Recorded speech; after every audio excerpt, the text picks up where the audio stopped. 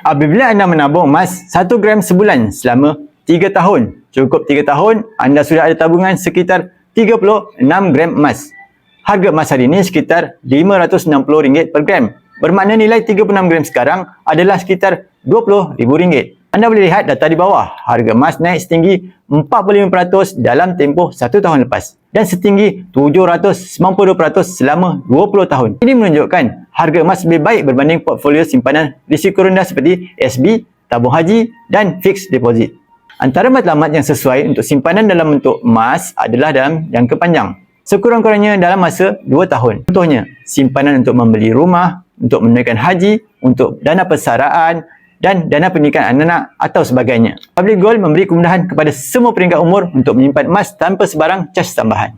Bagi yang berminat untuk memerlukan tabungan emas bersama Public Gold, anda boleh klik link profil, daftar akaun secara percuma dan saya akan bimbing anda dalam cara-cara dan langkah-langkah simpanan emas yang terbaik untuk anda.